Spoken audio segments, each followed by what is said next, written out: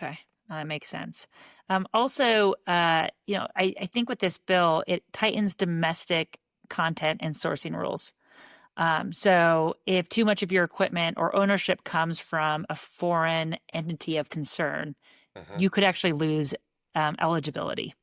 Yeah, That's right. that's exactly right. So that's along with all the other dates that we've been talking about, starting in Jan 1 of 2026,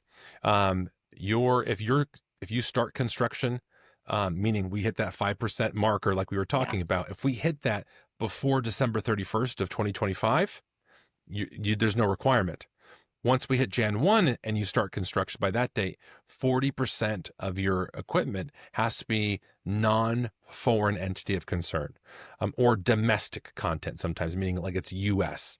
But realistically, there isn't a lot of clear guidance on what that means right this very second. We are Yeah. waiting for some guidance on it, but everyone's saying right now is we can take the IRS's guidance on what domestic content rules were previously. They have that bonus depreciation of 100%, plus you get the tax credit already locked in. And then on top of all of that, you don't have to worry about foreign entities of concern content and the makeup of those products. So that actually allows you to have a much more cheaper, more affordable install, but as still at a very high quality. Yeah, and safe harbor rules are still going to apply for now, but that definition of start that we talked about in the beginning, it's Yeah. going to get stricter.